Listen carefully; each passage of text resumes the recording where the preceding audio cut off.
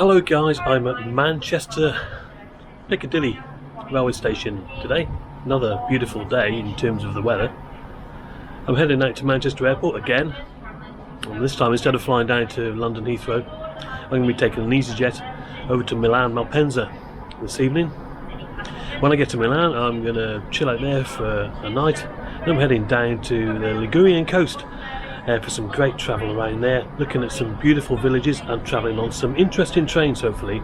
Hope you can come along with me for the journey. Let's make a trip, it's going to be a good one. I'll see you when I get there. Cheers for now.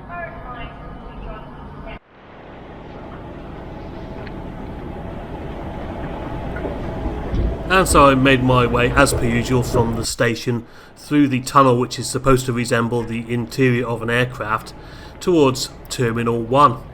And for some reason there was a random chair placed in front of the second set of travellators, which were, unsurprisingly, out of order.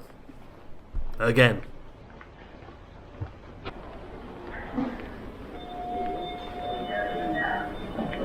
Boarding today was through Gate 10, which is an odd sort of arrangement.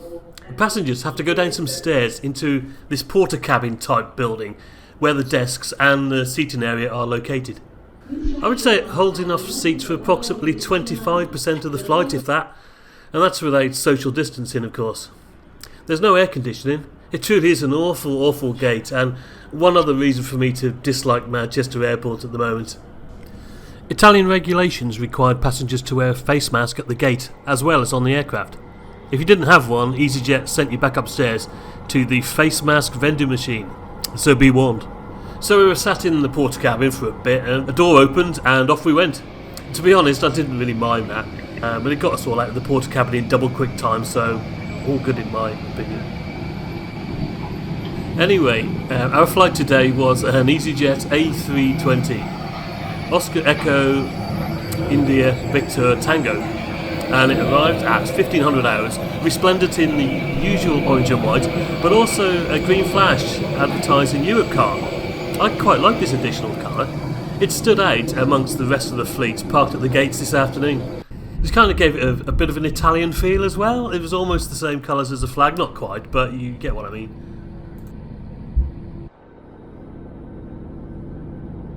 We took off from runway 05L today, heading east then south, which was unusual for me leaving Manchester. There was no wind to speak of, and visibility was good during the climb. Check out my earlier video, incidentally, for full unedited footage of this takeoff.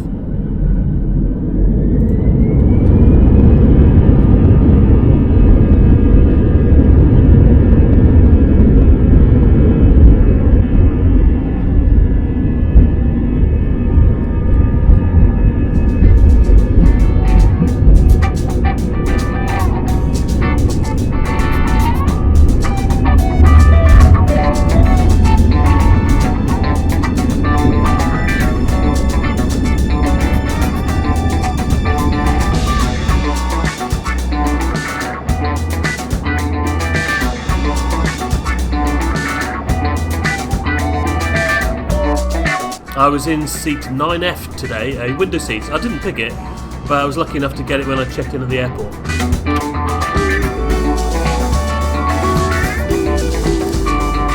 We reached a cruising altitude of 39,000 feet as we made our way south. The passengers next to me had already occupied other seats, leaving me with the road to myself again. And yes, the plane was clean and tidy, though no wipes or sanitizer were handed out by the crew upon boarding.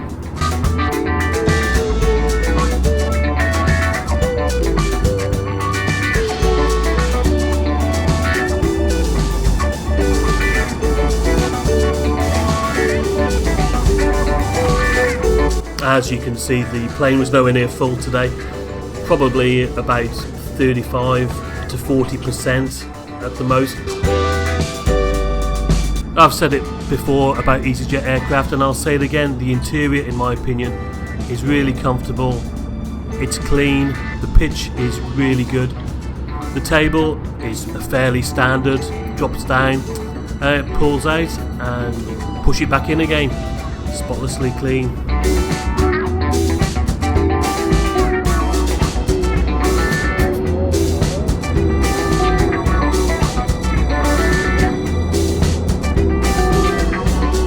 Anyway, the pilot had a sense of humour, I must say, as well as reminding us about the 1,000,001 new regulations that had come out in the last 6 months. He also informed us that we would be tested on them during the flight. The failure to answer the questions correctly meant that we would never be allowed to fly with EasyJet again, and would therefore have to fly with Wizz Air instead. Well, it made me laugh anyway.